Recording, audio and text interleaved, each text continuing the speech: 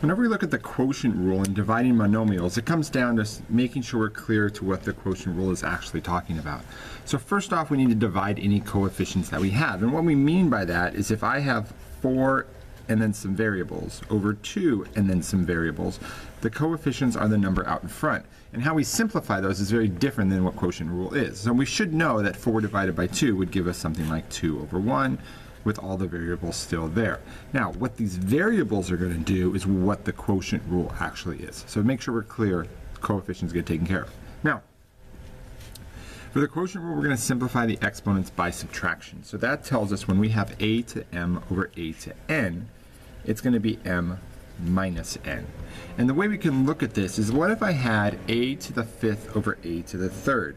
By expanding this, I have 5 a's and 3 a's.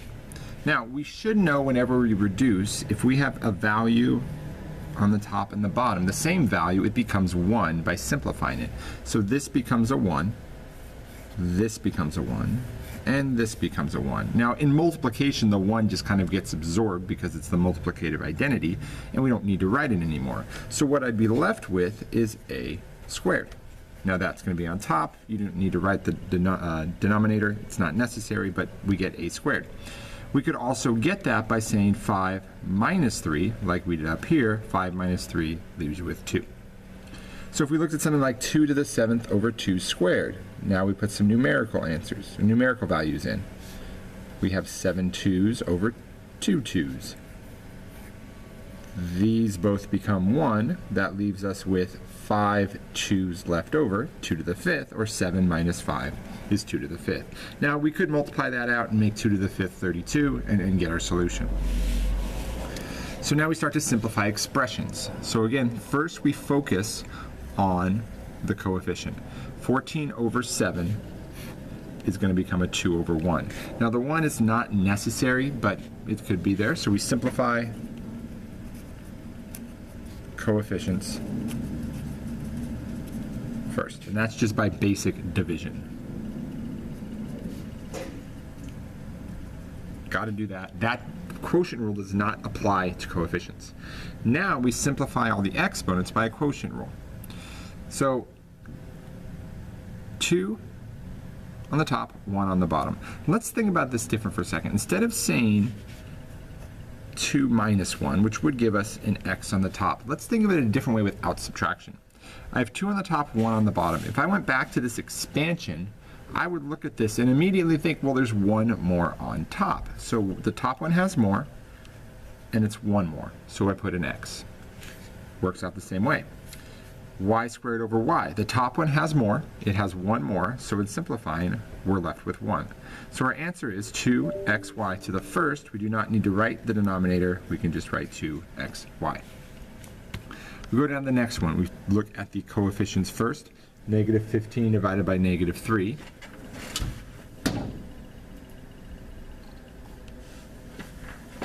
That's going to come out to be a positive 5 on top. Simplify, reducing a fraction.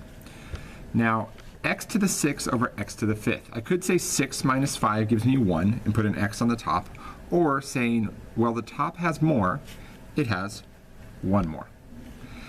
Y to the 5th over y to the 3rd. The top has 2 more, so we write y squared.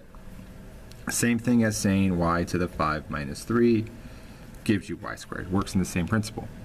Z on the top is the only z, so that stays. So all of that is in the numerator, 5xy squared z. So we keep going. 21 over 27, we need to simplify that one. 21 over 27, we can divide both by 3, and we get 7/9. M to the 8th over m to the 5th, there are 3 more on top, so it simplifies to be m to the 3rd, or 8 minus 5 gives you 3. N to the 5th over n to the 4th, there is 1 more on top, so our answer would be 7 m to the 3rd n over 9. Over on our next problem, we have to take care of the power rule first, kind of like order of operations. The power rule would be the exponent part. Multiplication would be product rule. Quotient rule would be division. So it's always power rule first. And what that means is I'm going to have -2, that quantity squared, and m to the 4 times 2. And that goes back to our power rule we talked about earlier. Now 8m squared does not have an exponent, so we just bring that down. So now it's 4m to the 8th over 8m squared. 4 and 8 are not exponents, so it's not that we're using quotient rule. This just becomes 1/2. M to the 8th over m squared. There are 6 more m's on top when you look at 8 and 2, so the difference puts 6 on the top, and we'd say m to the 6th over 2. Down on the next one here, we have to again take care of the power rule first. So I have 3 to the 5th. This becomes x to the 5 times 5 is x to the 25th because I have 5 sets of 5. Y to the 3rd to the 5th is going to be y to the 15th because I have 5 sets of 3 or 3 sets of 5, depending on how you want to look at it. Down on the bottom we have 6 squared.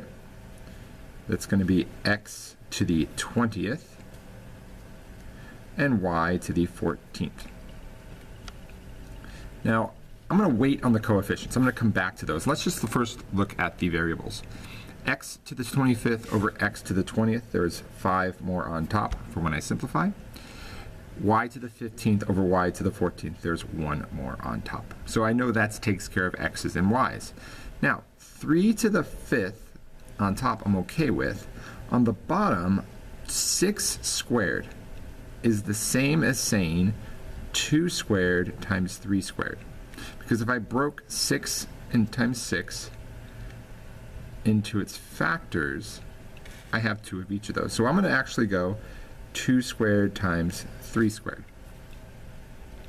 So now, by simplifying it, I get 2 squared stays on the bottom, x to the 5th, y stays. But now, because of simplifying between these two, I have 3 to the 3rd on top. And that's just using that idea of the quotient rule to help us a little bit with factors. Now you could multiply out 3 to the 5th and then divide it instead, but that's just another way we can use that to our advantage in simplifying. So now I'm left with 27 x to the 5th y over 4. Now for our next one, I could do the power rule first, but if we think back to order of operations, parentheses is also the first thing. So anytime I can simplify within parentheses first, I should do that. And if I look, 4 over 6 becomes 2/3. X to the 7th over x becomes x to the 6th on top. Now by simplifying that, before I do the power rule with the 2 on the outside, I have less terms. I only have one x left, x to the 6th, one x term. And 4 and 6 are now 2 and 3, meaning they are smaller numbers. So the 2 is going to apply to a power to all terms, so I have 2 squared x to the 6 times 2 over 3 squared. So my answer is 4x to the 12th over 9.